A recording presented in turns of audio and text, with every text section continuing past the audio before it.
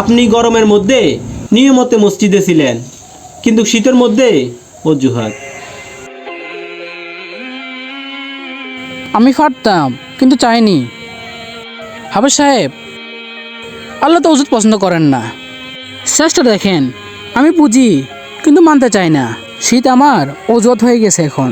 ইবাদাতের আসল পরীক্ষা আসে কষ্ট। যে শীতে ফজর ধরে রাখে, আল্লাহ তার ঈমান ধরে রাখেন।